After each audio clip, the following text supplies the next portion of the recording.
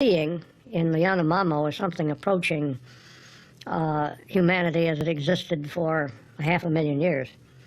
What we see in New York or Brasilia or Paris is the way humanity has existed only for at most 3,000 or 4,000 years. So from a purely scientific sense, they are extremely valuable as a source of knowledge. We should learn everything we can about them, what they know, how they feel, what their motivations are. Certainly there are a lot of other anthropologists who've contributed to the awareness of the Yanomama in the world, but it still is a fact that probably 3 or 4 million American students alone have read my book on the Yanomama. And they became famous largely through my publications and through the films that I made with Timothy Ash. When I first went to live with the Yanomama, they wanted to know my name. I told them that it was Shagnon, or Chagnon, but they couldn't pronounce it. It sounded to them like their name for a pesky bee, Shanki, and that is what they decided to call me. To the Yanomama, I am the man called Bee. By then, a lot of survival groups, conservation groups, were beginning to learn more about the Yanomama, and they all wanted to have the Yanomama in their portfolio because everybody is looking for the most desirable product to sell. Even among rock stars like Sting, they all want a part of the action and be associated with the Yanomama now that they have become famous. Unlike our civilization, which uses natural resources with little or no thought for the future, the Yanomama are perfectly adapted to the place in which they live. Undisturbed, their way of life could survive for another 20,000 years, and more.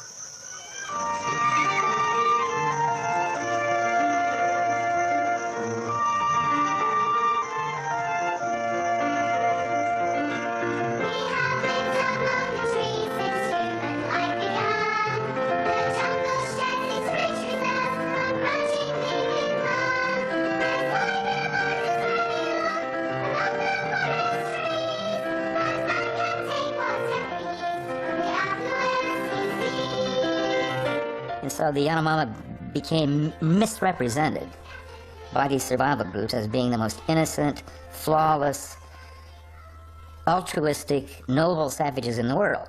And in a sense, I think that that's kind of racist. They seem to assume that no people are worthy of our support and our sympathy unless these people are pure as the wind-blown snow.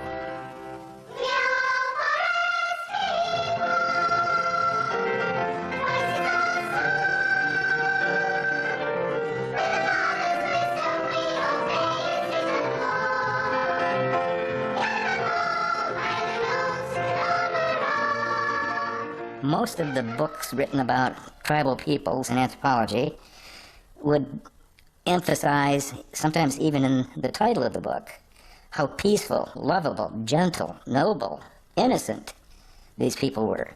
When it became clear the very first day that the Yanomama were still engaged in tribal warfare, that was astonishing to me. And after I collected data on maybe a dozen villages, I began adding up the number of people who died violently. And after about a year, I was able to demonstrate that about 1/3 of all the adult males died violently.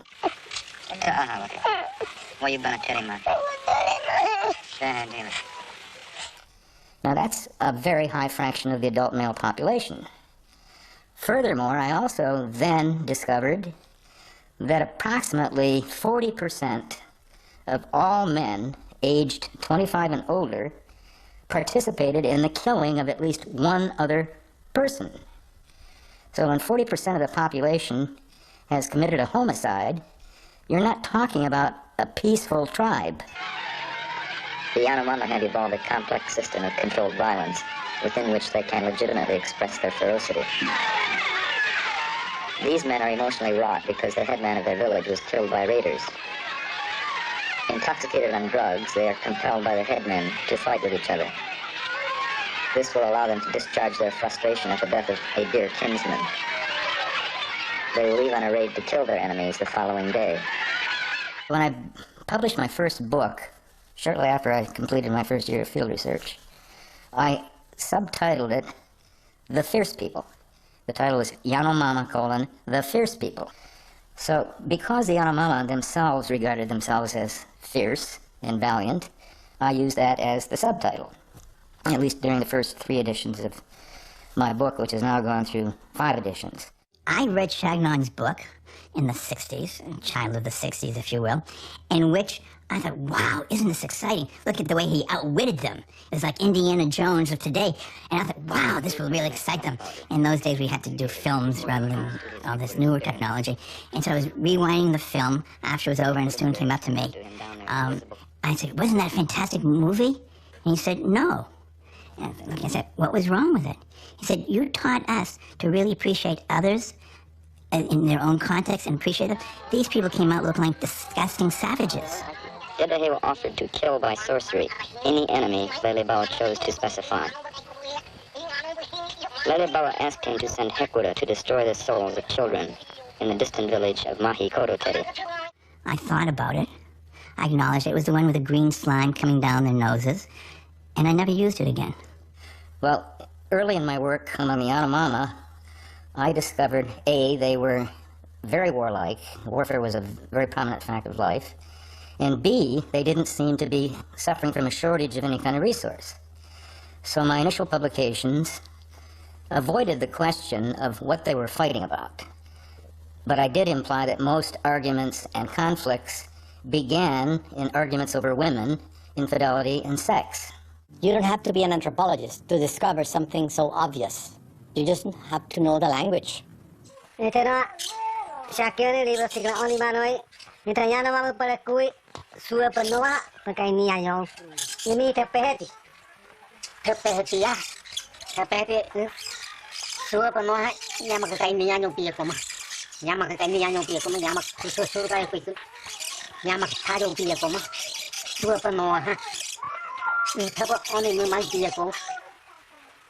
Why?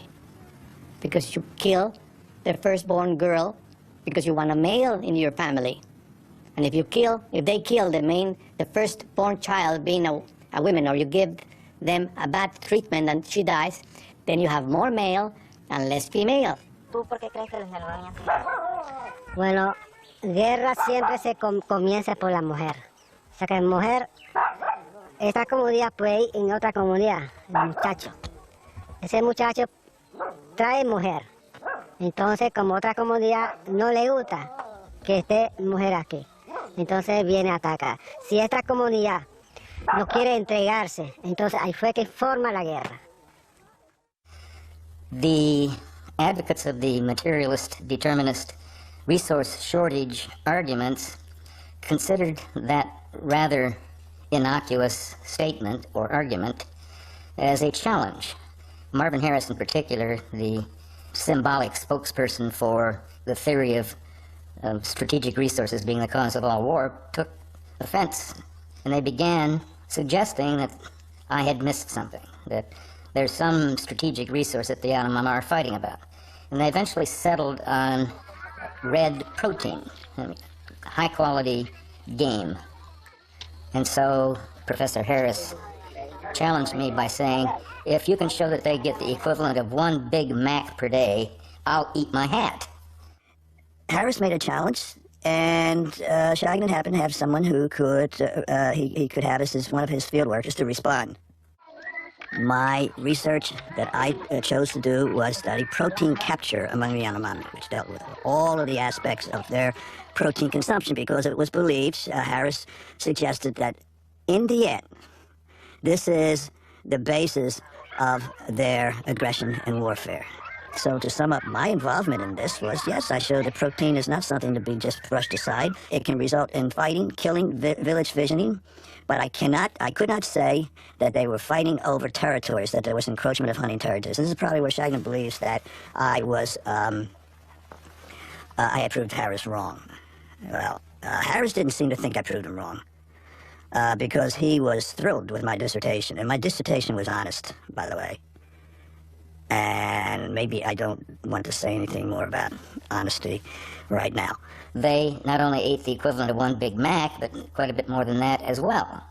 So this was empirical data that showed that they were not having a shortage, or that they were not suffering from a shortage of protein in their diet. Wado Shela and his agnates spend most of the night tending the meat, some of which is roasted on racks, and some of which is boiled in cooking pots. Wado Shela begins working on the meat, cutting the larger portions into smaller pieces for distribution.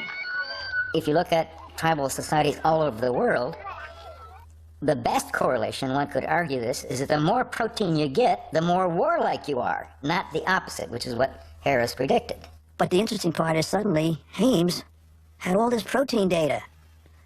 He had done a protein study, apparently. There were a large group of us, Ken Good, Eric Fredlin, 2 other graduate students from Penn State, and a bunch of other senior anthropologists, such as Napoleon Chagnon, who was heading up the project. Jacques Lissot was also part of this group. And they were going to essentially take us up by river and drop us off place by place to the villages that we were going to study. And it turned out I was the first one to be dropped off. Basically, Chagnon introduced me to the people that first day, said I was a good guy, I was associated with him so they could trust me, and that I described the nature of the kind of research that I wanted to do, asked their permission, to allow me to do this research, gave them an idea that if cooperation was good, then various trade goods would come their way, and to treat me well, and they did.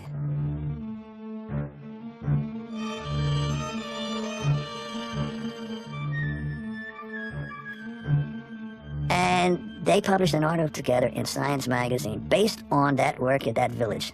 This village was so acculturated, it had a store. I went in there myself and bought sugar and salt and cans of meat.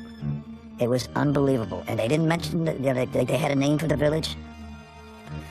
And it wasn't a village. Some straggly animals. Some of them were married to Yaquana people. They were living there. They could go fishing with them in their canoes. And this was being represented in Science magazine to the world as a refutation of Harrison, a demonstration that there wasn't a shortage of protein, and that certainly was not related to warfare. We talk about the village of Toropoteri, which is the Yanomamo name of the houses where the 2 Yanomamo houses are, one at the edge and one about a half hour away. I don't think we mentioned anything about the Yaquana, and again, because it wasn't pertinent to the kind of argument that we were making. But that information was readily available, became more readily available with original publications before that or about the same time, and later on. And so I don't think there's, anything that was more to say about that. Lissot and I couldn't be more diametrically opposed theoretically. He was a student of Levi Strauss, and I Marvin Harris. But yet we came together and we felt this was an outrage, because he knew the village too, Lissot. Of course he did. He was closer to it than I was. And we wrote a letter to Science. And they wouldn't publish it. And we don't know what was behind all of that. Harris tried to get it published. But my point here is that data was phony. Apparently, when you start measuring things and making scientific predictions on the basis of hypotheses and testing hypotheses, anthropologists get really angry about doing that, because it means that somebody can be shown to be wrong. Data is crucial. Now, the problem in culture anthropologists, first of all, most culture anthropologists work alone. More people you take into the remote areas, too disruptive. You won't be seeing traditional natural behavior. I have spent many delightful hours with Dede Hewa, one of the most knowledgeable men I have known, and a true leader. He has told me about the details of village history, of ancient and current wars with other villages, and secrets of kinship and genealogy that bind the members of his village together. As he periodically reminded me, he possesses the truth. Let us have data that we others can check. Others can go back and look. Not just say, I've checked it, I've done it, and look in the mirror and say, am I honest? Yes, I'm honest. Believe me. People who know the Yanomami and the data and so forth far better than I, like Bruce Albert and Jacques Lissot and Brian Ferguson, have published statements in the anthropological literature calling into question some of Chagnon's data and interpretations and so forth. So even what looks like hard data, statistics, etc., can be questioned, can be manipulated, can be interpreted in different ways, and so forth. That, to me, was really, I think, one of the highest examples of unethical publishing that I've seen in Yanomami work. because I know it personally. The others, you know, they tell some other people, but I can't judge it. This I know for a fact. I have a cynical attitude about Mr. Good because he's spent a large fraction of his career criticizing me and denouncing me and trying to describe me as an ogre and unfair and unreasonable and depriving him of opportunities, etc., etc. So it's very difficult for me to look at Mr. Good in a rational academic way. Our first night in the jungle, Shagnon was drinking rum with somebody, or scotch somebody brought in. He was drunk as hell, and so was another guy. And they decided they were going to initiate these guys after we had already had our heads, you know, filled with the fierce people. How dangerous it was. And I said, well, I have my shotgun. He said, oh, no. He says, they'll creep under your hammock at night and take your shotgun. I said, okay, then I'm not going down there unless you give me a handgun. I'm going to sleep with it on my chest. Well, we can't get a handgun through customs. I said, well, I don't know. This is how I was affected by all this. Imagine how I felt after the first year there, and I realized how absurd this was. That this, my field director had actually equipped us with chemical mace to spray the Yanomami in case they're gone. A field worker is supposed to go out and establish rapport with his people he's living with, not mace them. Now, he married early in his career a Yanomama woman from the village of Hasabuateri, the village I first took him to. But if you look at the photograph of her and the photograph I took of her 2 years earlier in an earlier census, and you look at her and try to estimate her age, she could not have been more than about 11 years old at the time. And yet, appealing to different customs and different cultures and repudiating Western notions about love and legal age at marriage, etc., he blew this into a heart-wrenching, romantic love story about falling in love with the Indian princess and having a family by her. Another word for what he did would be pedophilia.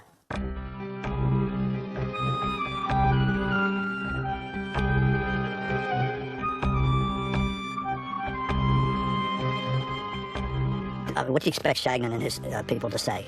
Find anything good about this relation? No, they're going to try to twist it and turn it. It's bad, it's wrong, he crossed the line, he did this, he did that, and so on. Get into the age thing, which is basically all it is ethnocentrism. Believe it or not, anthropologists are ethnocentric, and even racist. When Ken Good married her, she was not younger than the age at which Yanomami women marry other, their own men. So I think by Yanomami standards, it was not an unethical thing. Fact remains that Ken Good is not a Yanomami, and by our standards, by the standards of his own society, he was marrying a girl who was not of age to make a decision for herself and that sort of thing. Hay Yanomami que quiere nape, ¿no? Porque Yanomami cree que el nape lo ayude mucho, ¿no? Por ejemplo, un cacique le dice, mira, este niñita se puede dar con un nape para que nos vivamos con él y que traiga las cosas. Así vivimos mejor. Para que llame a los médicos por aquí, que vivan con nosotros. Entonces Yanomami piensa así, ¿no?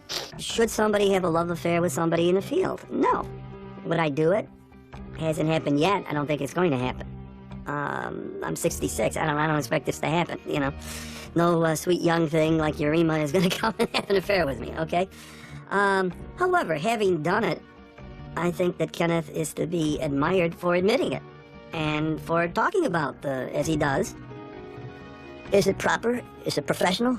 Is it academic to marry someone? Well, I gave you the example of the girl in the peasant village in Mexico. That's fine. Nobody has a problem with that. What's wrong with the Yanomami? Where do you draw the line where you shouldn't cross? And given the fact that I've lived with him so long, that line, if there was one, seems to fade away. There is no line.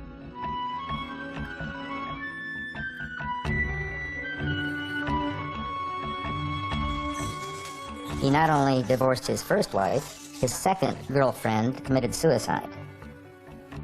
His third wife, at least the ones that I know about, was this Yanomama woman that he calls Urema.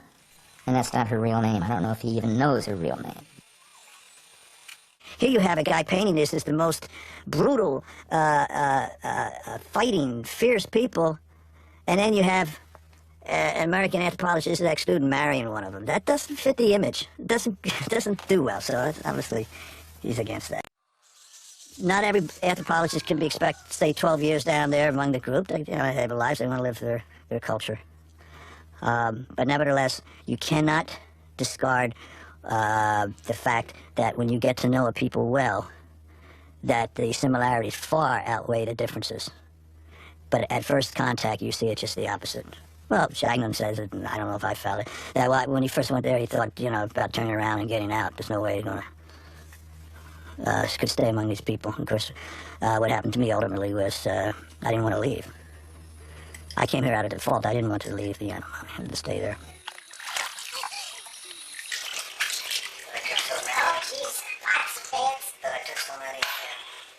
Em 86, eles desembarcaram no aeroporto de Kennedy, aqui em Nova York.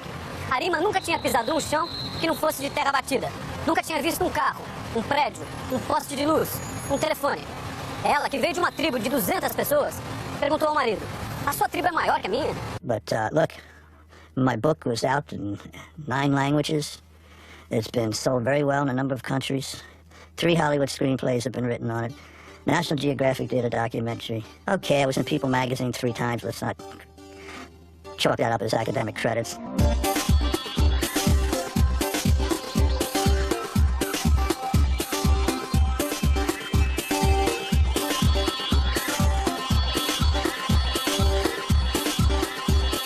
I look at it as if he had brought some wild animal back to the United States with a ring through her nose or through her ear and was just parading her and exploiting her for commercial purposes. He really hates Kenneth Good. I mean, you almost get the sense that he's going to foam at the mouth, when he talks about Kenneth. He really hates him with a passion. That's Ken Good. He used to serve the people of the National Geographic and train a vaca. If I'm not mistaken, Garima leaves Ken actually on this trip at the end. So this is the trip where they break up. This is Garima. So Ken Good is in Mavaca, and at the other end of Mavaca is Shagnon, the enemies. And of course, they don't want to see each other, The Anima thought she was coming down to another rainforest, my forest. But again, the wonders of the flexibility of the human mind, she adapted here very, very well. And she had no problem with our material existence. She had a problem with that aspect that attracted me down there.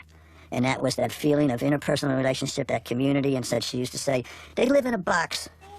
They live inside, all enclosed, and they look at television. When she wakes up, she sees a whole village, all the people, the leaders, the shamans, the relatives, the loved ones, and the nieces and nephews, and it's all there.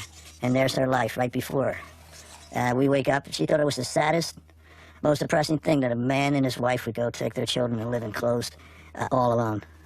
It's not the way. That's why she said when she left, that's not the way humans are meant to live, not one more day.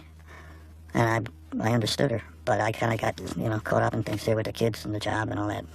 Que después él haya manipulado o no a Yarima, no lo sé. Yarima sé que lo abandonó, o sea, inclusive dejó a sus hijos varones y se llevó a la niña y regresó al chabono en el Alto Orinoco. And I suppose the next book from Kenneth Good will be How My Heart Was Broken Because I Had to Get Divorced.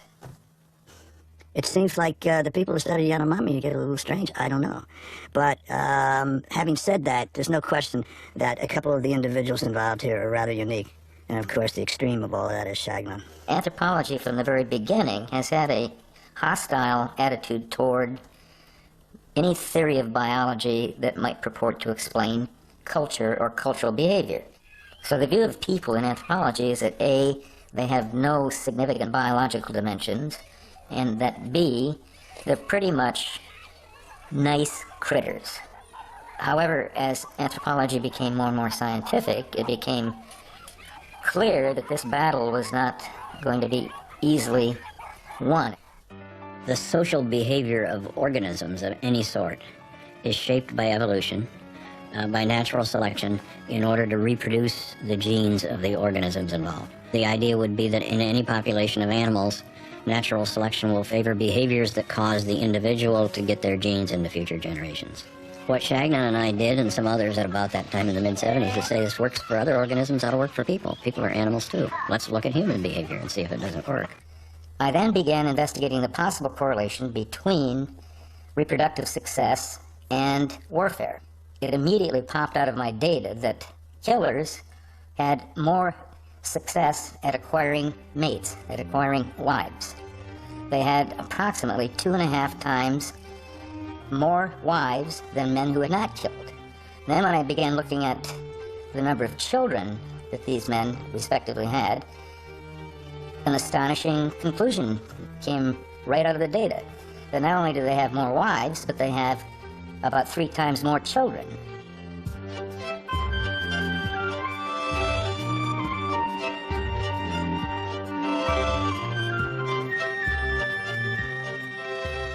Fits right in beautifully with the theory that you see even in other species. So here you have the Yanomami who, why are they fighting? Well, they're fighting because it's in their blood, so to speak. It's in their genes. They're trying to do what they have no choice in doing. They strike silently, usually at dawn, and kill. They also fear retaliation, and they know the capacity of all groups to fight back. If you take the Yanomami, if you take the chimpanzee material, if you take what some people say about archaeology, you get this picture. Chimpanzees represent our common ancestors in the past. They act like our ancestors did 6 million years ago. They have this inborn tendency to kill members of other groups when they can. The Yanomami are taken to represent our ancestors back at the dawn of agriculture, and they're killing each other not because there's any kind of scarcities of material goods, but because they have this competition for reproductive success. And so males are always striving in different ways to maximize their reproductive success, and that leads them to engage in war. And this isn't just fooling around games. I mean, you're offering a representation of human behavior, which is going to have so many other ramifications. That's why you're doing these studies to begin with. If Chagnon can show a correlation between something really ugly like warfare and violence and something biologically useful like reproductive success, that opens Pandora's box, and the next thing you know, we're going to have the Holocaust all over again. To every person who believes himself a student of peace, a believer in peace, a believer in the inherent, necessary, original purity, innocence of humans, such a statement that violence and war are a technique associated with survival and that the people who do it well profit from it. That's anathema. It's horrible, it's ugly if you're a peace person. If we have this inside us, if we have the idea that there's somebody from a different group, and no matter how much you qualify it and saying, well, culture is different, there's still inside us this impulse to kill them, and that's what's claimed, then I think we're in real trouble. And I think that we need to, if we're going to work against war, I think we need to work against the idea that war is human nature. Ferguson's theory is to blame us for the Yanomamo warfare, while Chagnon is saying that blame the Yanomamo, if you will. This is something that is inherent in their culture. Napoleón lo traía regalo, lo que traía regalo. Ah, Jackie, bueno, con nosotros, va a estar por aquí, a visitarnos como cuántos días, a venir otra vez. Entonces venga a veces, venga, porque nosotros necesitamos lo que necesitamos, ¿no? Machete. I've watched Yanomamo use stone axes to chop down trees. It's very, very difficult, and you can appreciate the value of a steel axe or a machete. It takes about 10 times as much effort to cut down a tree with a stone axe as a steel axe. And you multiply that by everything you have to chop, that's an awful lot. Steel axes and machetes, a Marxist could say, become necessary means of production. My possessions are more important to the Mishimishimabui Teddy than my services, and we always exchange items. I do not really want the bows, arrows, spun cotton, and other things they offer me, but I cannot do my work without providing them with fish hooks, fish line, machetes, and knives. They would not accept me for very long unless I brought them these things. What I'm arguing is that force is used to get better access to Western manufactured goods. And one of the reasons why it's so valued is, Western goods are so valued, is that better access to Western goods means people get more wives. Brian's argument was very similar to the the theoretical assumption or background behind this delightful film about the Bushmen in South Africa in the Kalahari Desert, The Gods Must Be Crazy. And the movie opens up with a rough, scruffy bush pilot flying over the Kalahari Desert drinking a Coca-Cola. And as wanton Europeans are, careless, disrespectful to the environment, he opens the airplane window and tosses the Coke bottle out over the Kalahari. The Coke bottle lands right in the middle of a community of Bushmen. One day, something fell from the sky. He had never seen anything like this in his life. And they'd never seen this Coke bottle before. And they find it very useful, but there's only one of them. But the gods had been careless. They had sent only one. And now, for the first time in their lives, here was a thing which could not be shared because there was only one of it. Suddenly, everybody needed it most of the time. A thing they'd never needed before became a necessity. And unfamiliar emotions began to stir. And other new things came. Anger, jealousy, hate, and violence. And so they start fighting over the Coke bottle. And suddenly they become quite violent. People are getting bopped on the head by the Coke bottle, and suddenly they realize that this Coke bottle has caused great grief among our society. The gods must be crazy for sending it to us. Well, Brian Ferguson's argument is basically not Coke bottles. They're not fighting over Coke bottles, but they're fighting over steel tools. And that everything I say about women and revenge is beside the point. They're fighting over access to secret trade routes. His book is very, very well documented in terms of the history of colonization of the Amazon basin and things like that, but his command and grasp of the Yanomama reality is pitiful. Well, when Napoleon reviewed my book, An American Anthropologist, he never engaged with my argument at all. I don't think a Coke bottle or a machete or anything like that would have that kind of effect, but I think there is a kind of a figurative truth to that movie. I think the reason somebody would make a movie like that is that they probably know, among people like the Kong, that introduction of these outside goods is disruptive. And I don't want to name names, but I can think of individuals where I say, yeah, a similar kind of thing was happening there. And it is something that I think that there is a professional or personal reluctance to focus on. But I can understand why people don't want to do that. To the first part of that accusation of me interfering in the culture of the Yanomama, I plead guilty. Every anthropologist who goes and lives with people like the Yanomama interferes to some extent with the people that they're studying. And if I'm guilty, the entirety of anthropology as a science is also guilty, and every anthropologist in the world is guilty of the same crime and misdemeanor I committed. Les Yanomami protégés par la forêt sont restés à l'écart de ces bouleversements, mais pour combien de temps? Depuis 1950, les missionnaires se sont installés sur les rives de l'Orinoque. Des expéditions scientifiques ou médicales commencent à pénétrer le long du fleuve, mais la plupart des groupes Yanomami n'ont encore jamais vu un homme blanc.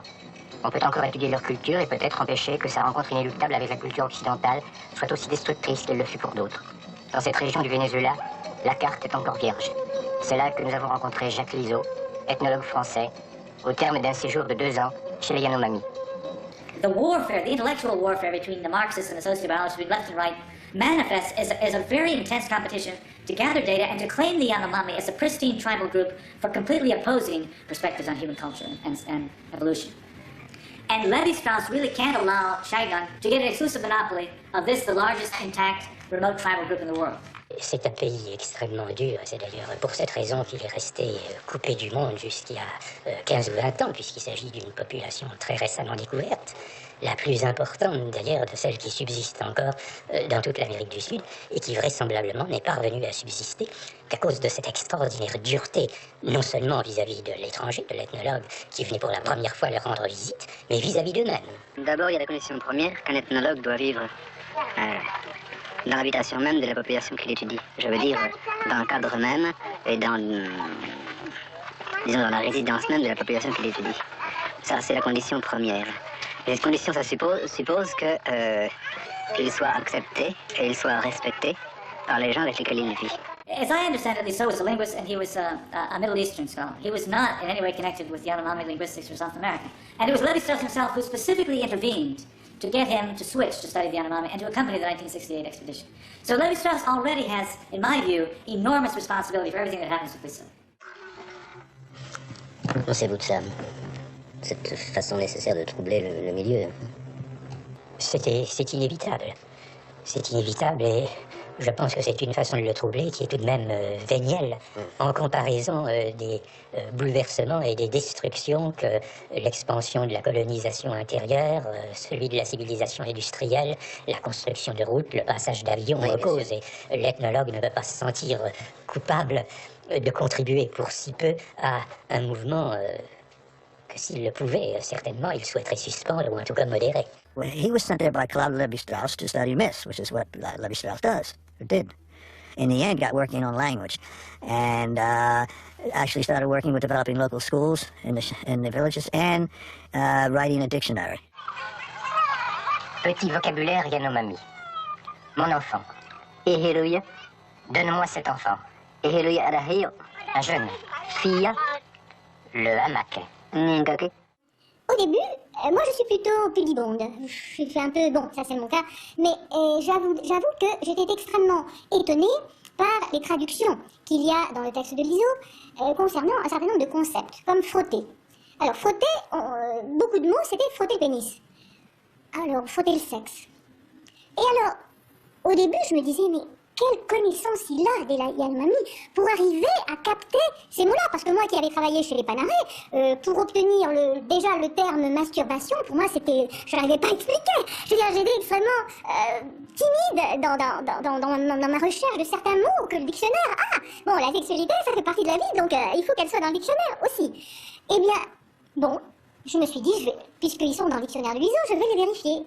Eh bien, c'est là où on s'aperçoit tout de suite que sa vision de la sexualité eh bien, interfère très lourdement et très erronément sur le sens des mots. C'est que frotter, c'était pas seulement frotter le pénis. C'était frotter deux mains, les mains, frotter la tête, frotter.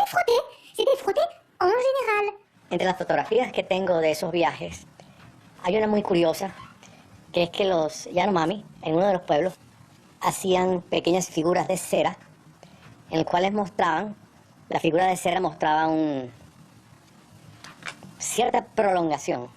Me llamó la atención y les pregunté por qué hacían eso. Entonces me decían Lizo. Llamaban al muñequito que habían puesto con esa prolongación, lo llamaban Lizo. Ya se pasa algo aquí. Cámara.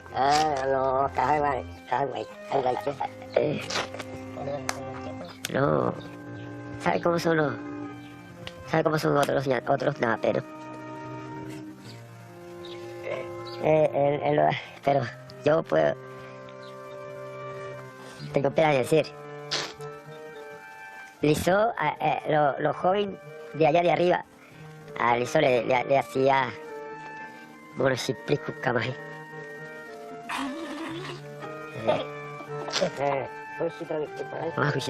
Tenía muy majere, ya tenía comprar majere, Lizo, el Yanomami le hacía así, ¿no? Los jóvenes trabajaban así. Y el líquido se botaba. They have a funny, strange term for anal sex, bosi nawai. Well, to have sex, heterosexual, copulation, is called nawai, which literally means, na is short for naka, which means vagina, and wai means to eat. So to eat vagina is what they call normal heterosexual intercourse, nawai. To have anal intercourse, they didn't know how to explain it. And bosi means anus. So they called that bosi nawai. Now you figure that out. Bosi means anus, na means vagina, and wai means to eat. Después a los mayores. A los mayores. Por ejemplo, 20 años, 50 años, ¿no? Pues sí, no puedo más. For the French, Claude Lévi-Strauss is an indispensable cultural icon. I mean, in the Logos Project summary of the 90 most influential books of the last 100 years, 2 of the books are by Lévi-Strauss. So he is one of the giants of the last century. And the idea that he could have sent a major intellectual disciple, who is a pedophile, into the jungle and supported him for decades is just incomprehensible. It doesn't compute with their whole identity as French intellectuals. Les sociétés qui sont très dramatiques, c'est de savoir que Lizo aura à sa suite des gens qui, eux, perturberont complètement cette société. Ina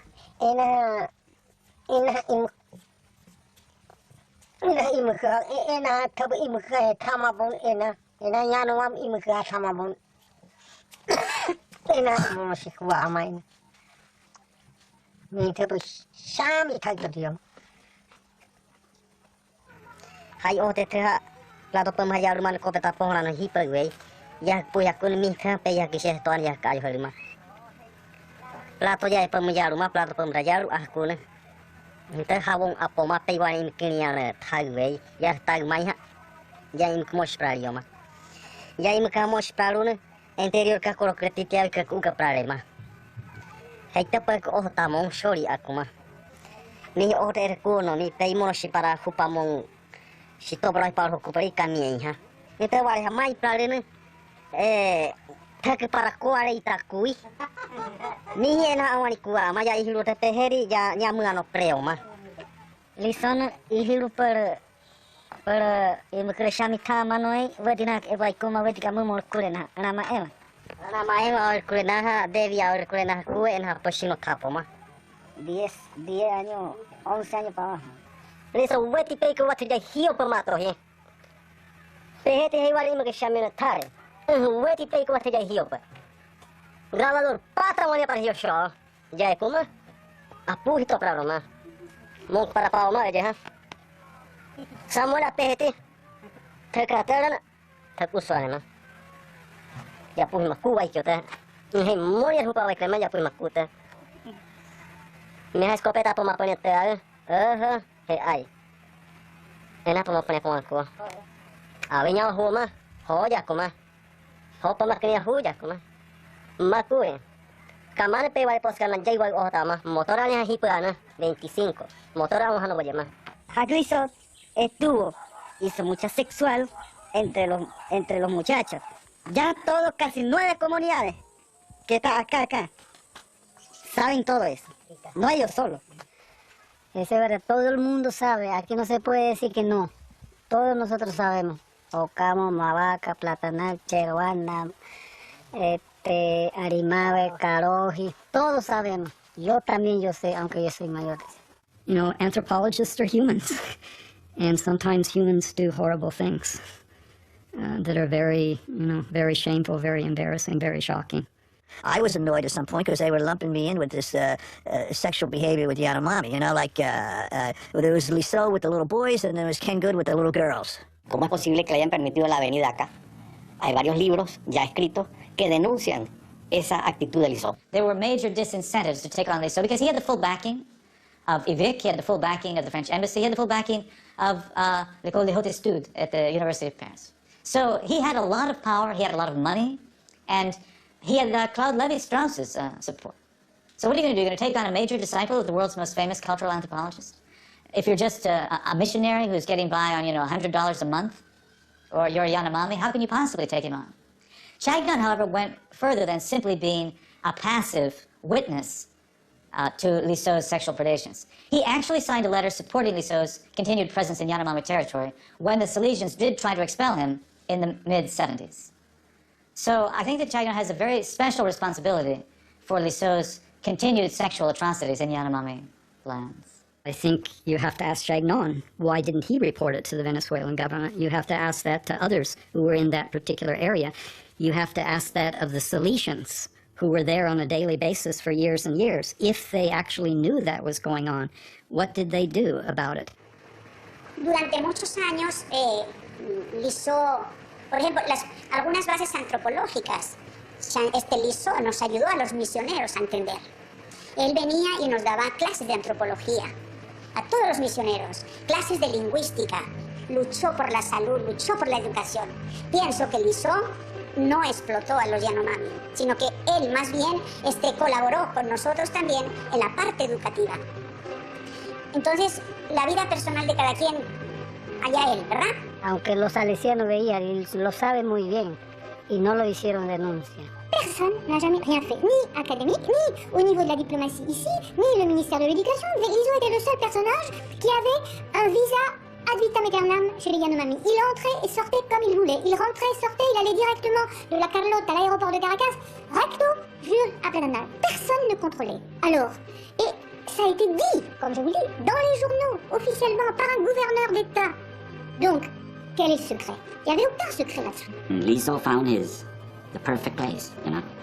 And in a sense, no man's land. There was no government presence. The missions had with very little supervision of the villages. And Lizo always chose a village that was not too close, you know, a little bit far away.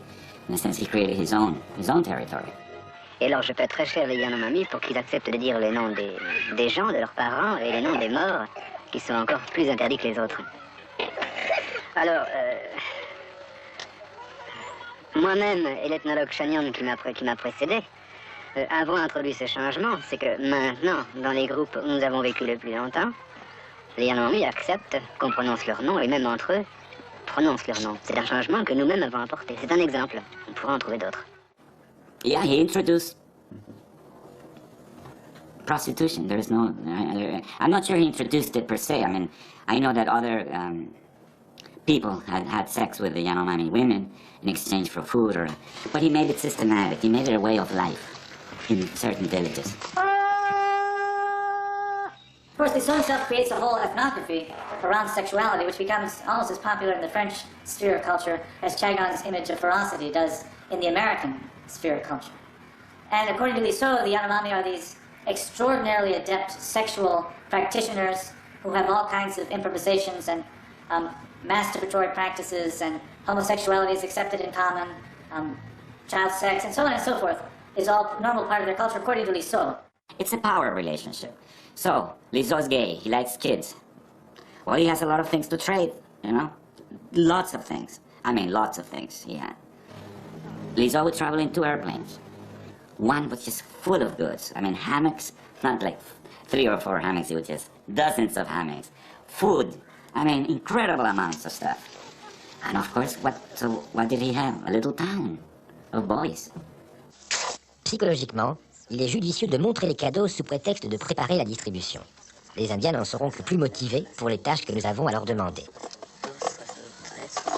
I believe that the Collège de France or the University of Michigan or the University of California that send an anthropologist into the field actually should know who they are sending into the field.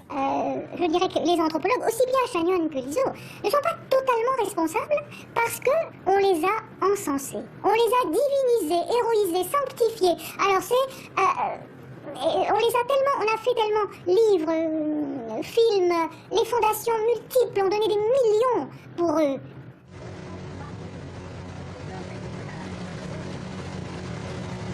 The impression that people had that all anthropologists are sort of nuts and violent who've gone to the Yanomama is only true up to a certain extent.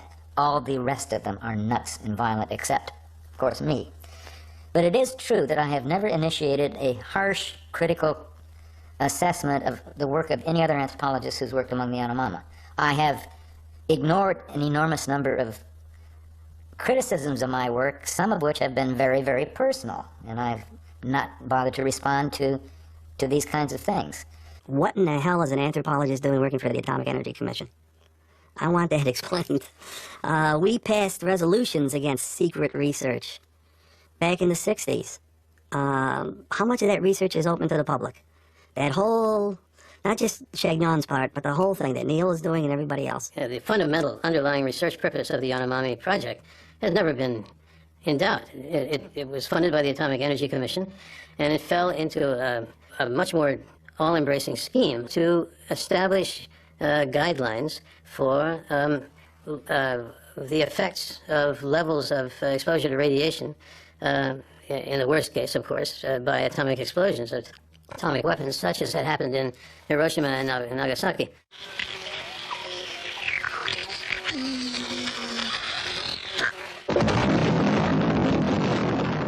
But what he really felt he needed for scientific purposes was a control group who would be completely isolated, as far as possible anyway, from any effects of atomic radiation or industrial pollution like a modern urban population, to get a kind of a human baseline to serve as a control group for measuring the effects of exposure to things like radiation and other kinds of pollutants. So the Yanomami turned out to be the ideal group because they had never, not only had they never been exposed to atomic radiation, obviously, out in the forest in the Amazon, but they also had not been exposed to any major epidemic diseases. One of the things that the Atomic Bomb Casualty Commission was set up to do was to study the unique population that was created by Hiroshima and Nagasaki, to study the adverse effects of an atomic bomb, what happens with people over time, what happens with children, what happens with old people, what happens when you have babies to the offspring. So James Snell was brought in to come up with a research plan, a research program that would allow the scientists to monitor the adverse effects and to document and study what the effects of this massive exposure might be. I was working with another Amazonian group, the Kayapo. Neil asked me, as an anthropologist, whether the Kayapo had had any epidemics, like measles. I had to inform him that they had just had, a few years back, a very serious measles epidemic. So Neil decided not to do a major project with the Kayapo. About that time, I met James V. Neal, who was then the head of the Human Genetics Department at the University of Michigan Medical School. He joined me in the field in 1966, and we collected blood samples from a rather large number of Yanomama in the Venezuelan upper Orinoco region, especially around Mavaca, which was the base of my operations. Cold War was also, hot war was also about biological and chemical weapons and the development of biological chemical weapons. And our use of indigenous peoples also extended to that as well. So, and that part is still largely classified. If you inject a vaccine of a certain strength, of a certain level, you can observe the level of response of the population, the antibodies that the population produces. And this was already done in among the Marshall Islanders, who were living in places that the U.S. had conducted atomic weapons tests. He tested the Yanomami blood and established that they were, in fact, what's called a virgin soil population. They didn't have antibodies for measles and other epidemic diseases. And that was what he was looking for. He really wanted to have a control group population and then to be able to challenge the immune systems to measure the level of immune response. This year's team consists of an ethnologist, 2 geneticists, a dentist, an ethnophotographer, a young missionary to these Indians, a linguist, and a cook. Our objective can most simply be defined as an effort to understand the population structure of primitive man, and how that structure is influenced by the environment in which he finds himself. Most of us will enter quietly, but the anthropologist will enter in the customary style of an Indian visitor.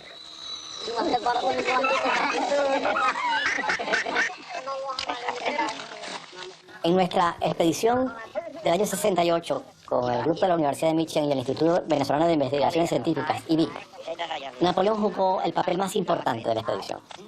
Si bien la expedición era dirigida por el doctor James Neal y el doctor Marcel Roche, Napoleón era el responsable de que todas las muestras sanguíneas correspondieran y tuvieran la relación de parentesco y fueran anotadas con la relación de parentesco que tenían los grupos en la zona. Since the transmission of genes, of course, depends on survival well into adulthood, we feel we must understand many aspects of the disease pressures to which these Indians are subject. Neil had already received word before he left the United States for Venezuela in '68 that there was an outbreak of measles. It was moving, as it were, down the Orinoco. From the frontier region of Brazil, it could be expected to probably reach the Yanomami area where he was going to do his research. Unfortunately, the very month that we arrived, measles had broken out among the Yanomama, first in Brazil and second in Venezuela. There's an epidemic of measles lower on the Orinoco. The expedition had brought measles vaccine as a preventive measure. But what had been meant to be an exercise in preventive medicine has now turned into a race to save the Yanomama from the disaster of a measles epidemic. The anthropologist has explained the need for vaccination to the headman, and his family goes first. Neil was interested in studying the reactions of this virgin soil population, the Yanomami, to very strong a vaccine like Evanston B, the reactions to which were as close as possible to actual cases of the disease. This was called the Edmondson B vaccine. And you're supposed to give it with a dose of gamma globulin because it was the most reactive vaccine ever approved by the Food and Drug Administration in the United States. The vaccination occasionally. I disappoint them. A few people out of the vaccinated group will get a clinical case. Right. But now you see we have this. But he's trying to interpret all of them to mean that it's a reaction to the vaccination, which I don't think is a wise thing to do. Right. And I think that even these. This I hope that's right. But the vaccination with gamma globulin gives sometimes a little fever, a little runny eye. But if he sees somebody with a real rat, get him out. Well, get him out where? Out here. From where? From away from the group. He's going to go every day to visit Paraguay's group. Okay. He didn't have enough immune globulin, as it turned out. He didn't come with the correct amount. So he was skimping on it. And they vaccinated Ocaml without giving the required amount of gamma globulin, without giving any gamma globulin. And the results were the worst fevers that had ever been recorded to that point in the world for any vaccine experiment. It's silly to say that in the midst of all the other biological sampling that he did, with hair samples, skin samples, every conceivable bodily substance and so on, that the injections alone were not at all intended as part of this research program, but instead just for a humanitarian purpose. They were, I think, humanitarian too, but that doesn't contradict that Neil thought of that initially anyway as part of a research plan. We were fighting a very important battle to vaccinate a circle around the epidemic, which was ultimately the responsibility of the Brazilian Medical Service or the Venezuelan Medical Service, who were absolutely absent at that time.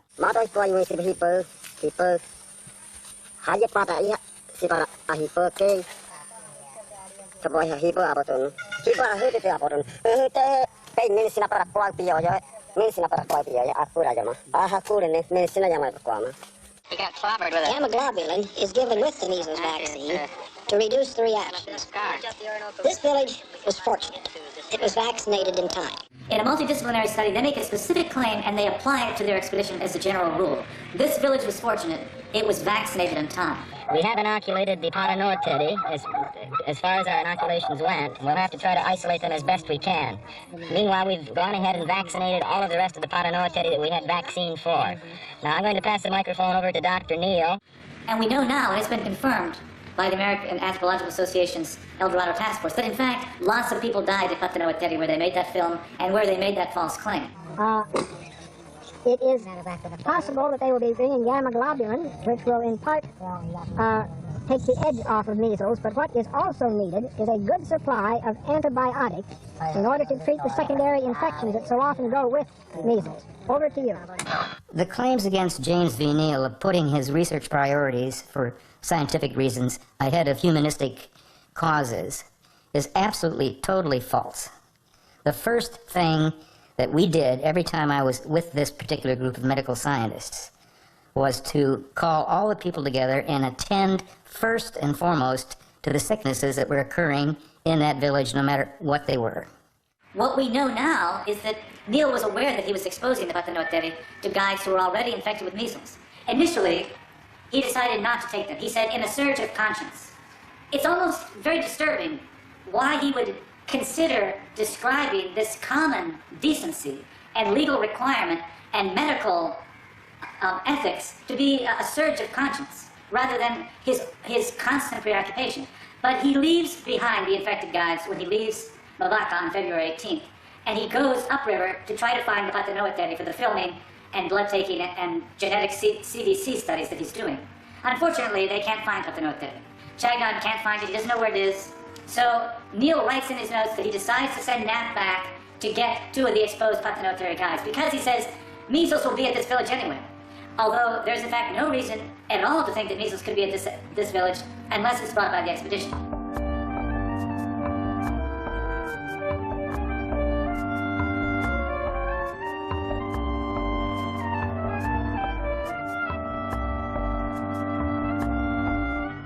I think that Chagnon and Senewal argued for him to leave them behind and for them to be kept at Mavaca.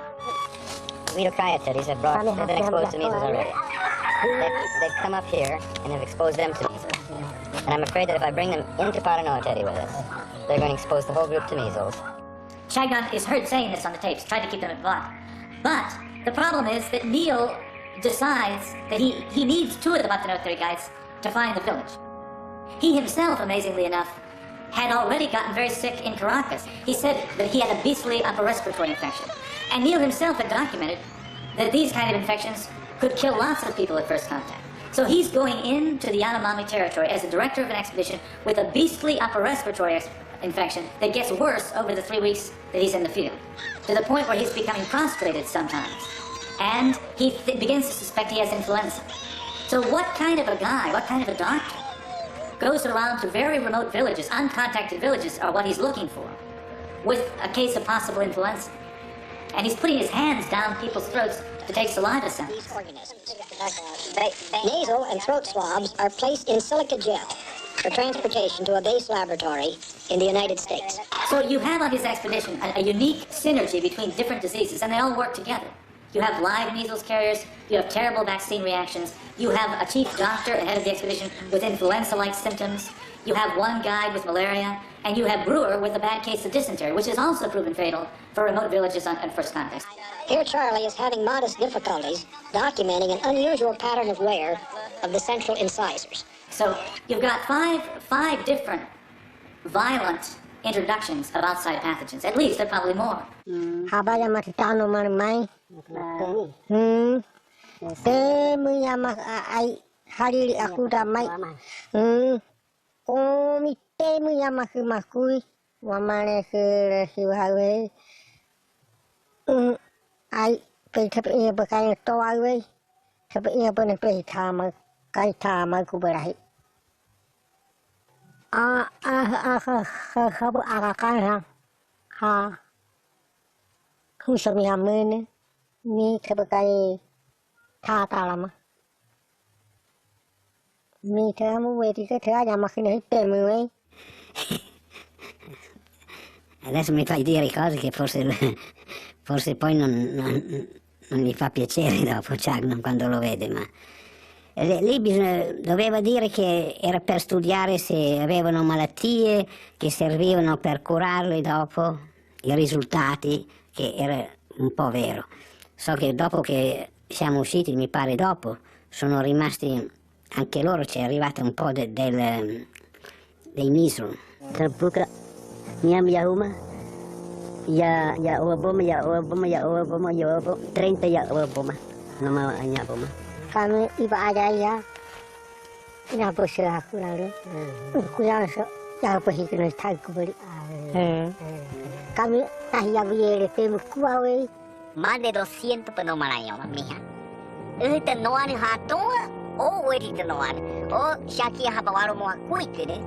O mihi awajune o mihi ia para toa noi. Kedu mihi ina ya puhi mare kush. Shaki tendo naba kai para te bari hirai para wani bodoi man. Shaki mai lo shi hirai. Mihi de ba kai ya le ma mihi mai ano thai de. Apa Shaki atap de sarap dia ke waru so atap. Tapi brea iso ada dia. A Napoleón lo culparon, ¿no? Porque, claro que es por la enfermedad de sarampión, se moría, ¿no? Ya justo, berita, sakin iba bahasa mana ini, yami uno ya kubraru ho ya bayakun, sakit atapro deh, yang ya surprise, serikan yang ya surprise, sakit yang notai, ya puhi ini ya. In general, the health of the Yanomama appears good. Infant and childhood mortality are relatively low by tropical standards. If the past is any guide, it will not long stay that way. The health of primitive man usually quickly deteriorates in the course of acculturation.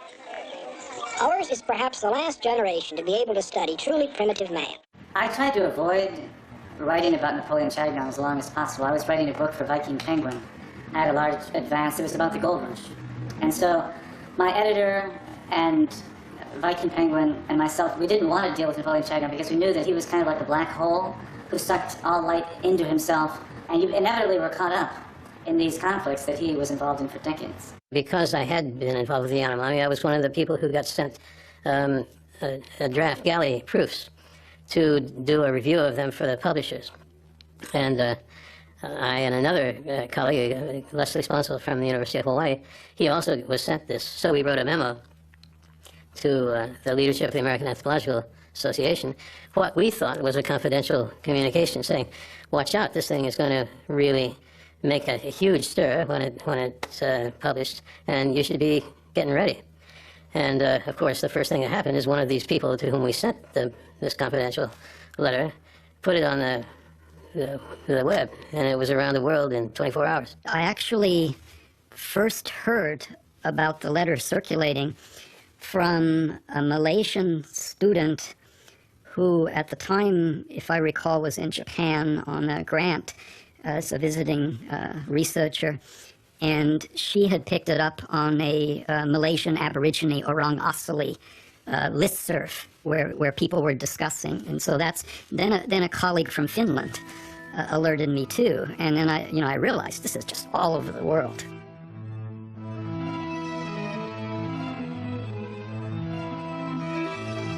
If you read the email, they accuse me and James V. Neal, for example, of engaging in a hideous experiment using the Yanomami as guinea pigs, comparing us both to not Joseph Conrad in The Heart of Darkness, but to the Nazi doctor Joseph Mengele. So I was not only, from the very outset in 2000, accused of homicide, but I was also accused of genocide. A year later, Tierney's book was published, and immediately a new level of discomfort, anxiety, anger, resentment, etc. began in my life, and it's still going on. The book received quite a bit of sensationalistic play, pushed initially by people like Turner and Sponsel, longtime enemies of Chagnon. And so all of a sudden, anthropology had this embarrassing kind of situation. The text that more anthropology professors used for their introductory cultural and social structure courses somehow was called into question as a product of an evil ethnographer. It was extraordinarily painful for him to have, to become known as a genocidal maniac with eugenics beliefs to the world at large. Well, this will never go away, Every accusation Tierney made could be disproved, and it'll still never go away. There are people who simply won't go near Yanomami or his work anymore, even if they don't know if it's right or wrong. There are some anthropologists who seriously consider anthropology to now be more like a religion than a science. And it's a religion in the sense that the truths that anthropologists subscribe to now are established more by faith than by evidence. And one of the truths is that biology has nothing to do with cultural behavior. And I challenge that truth. And so, like the church, or like Islam, popes and ayatollahs step forth defending the faith and identifying who the heretics are and burning them. If I went to Venezuela, the next day, prominent newspapers in Venezuela would carry big headline articles that listed all of the crimes against the Yanomami Chagnon had committed and therefore should not be allowed to go into the Yanomami area. It was as if these people were tracking every move I made. I decided that if I can't be an anthropologist and do field research, I don't want to be a teacher if that's all that an academic career will amount to at that point. So I retired early, hoping to expend my retirement years fishing, hunting birds over my dog Cody, golfing, and just enjoying life. But I have, as a consequence of the publication of this book, been inundated constantly by calls from the press, sometimes crank calls by people who read Tierney's book and believe everything that he says. So it has had a fairly significant personal effect on a lot of innocent people besides me. Of course, I'm guilty by definition. My wife, she knows that this has hurt me very, very deeply, as it would hurt any academic. And even my dogs noticed it. They began coming up to me with their ears down and trying to reassure me. They thought that maybe I was behaving the way I was behaving because they had done something wrong. I have to give him a rest. He's getting old. So am I.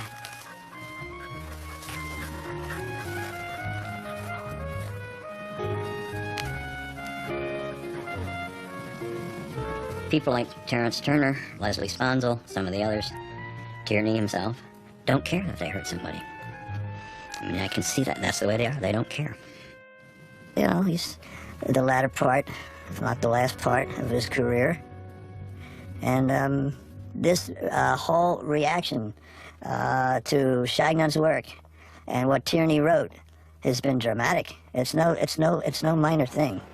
You know, it's one of the reasons they did this fest for Chagnon and all this is because of what a beating he has taken, a brutal beating.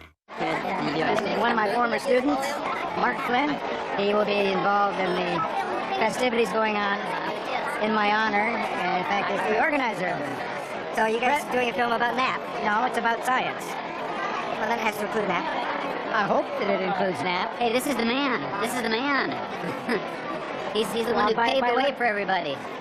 This is the brave man. How are they to know that Shagnon's data has got problems? How could they know? Where are they going to get the information to know that his data has problems?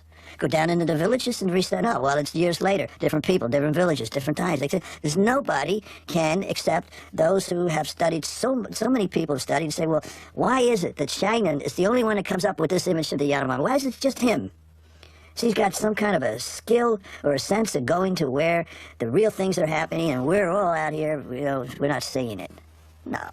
We like everybody, as distinct from anthropologists who hate everybody. Well, I think, no. We like everybody who's interested in asking questions, gathering data, and trying to use logical ways to assess the data. Well, that's a good way of expressing what we do. But I think anthropologists will stop agreeing with your definition at the point where you start collecting data. My feeling is there is an idea among people in the biological wing of all of this that they're scientists because they're emphasizing biology. Therefore, they're scientists. And sometimes because they have statistics, therefore they're scientists. But if you're going to do science, you can't just talk the talk, you've got to walk the walk. And that means you've got to be very careful with your data. When people want to believe something badly enough, the standards for evidence get flimsier and flimsier. So they'll accept the idea as supported by evidence when the evidence gets not only weak, but is gone. There's just an illusion of evidence. And it even may even fly in the face of evidence, they'll still believe it.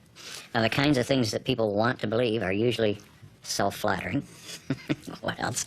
They often flatter the group that they belong to. So anybody who identifies himself, let's say, in anthropology as a sociobiologist or a behavioral ecologist wants to believe this paradigm is good. So somebody else that's working with it and doing, they're going to be quicker to accept the work.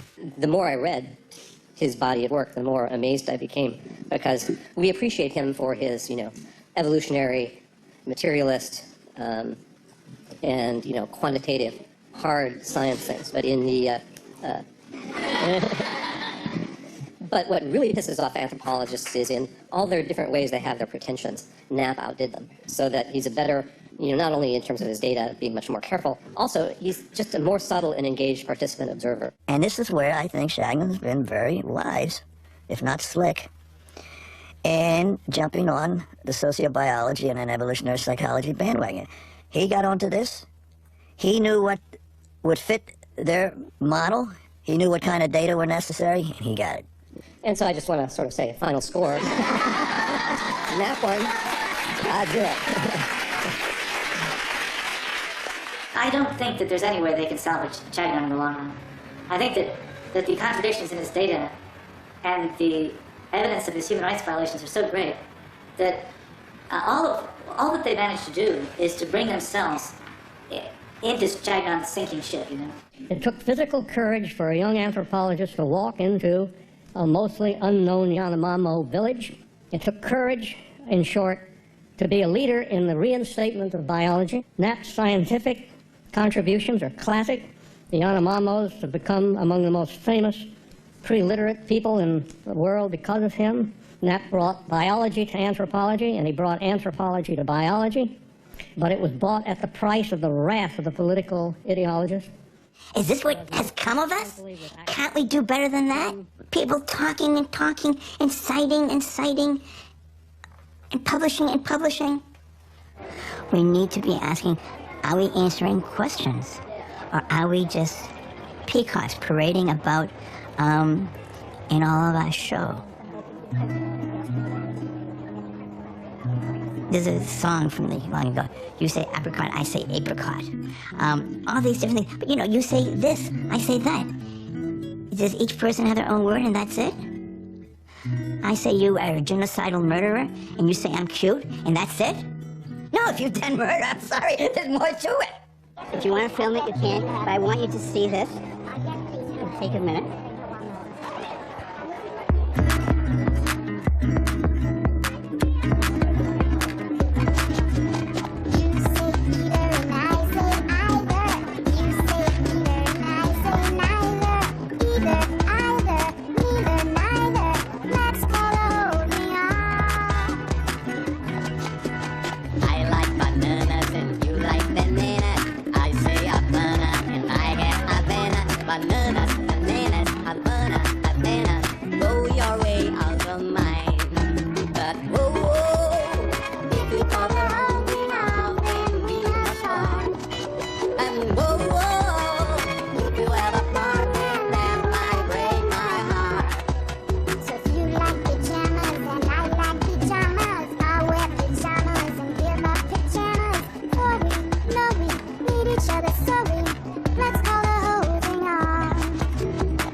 That is the irony. Guys like Shagnon and his ilk claim that I married a Yanomama woman to jumpstart my anthropological career.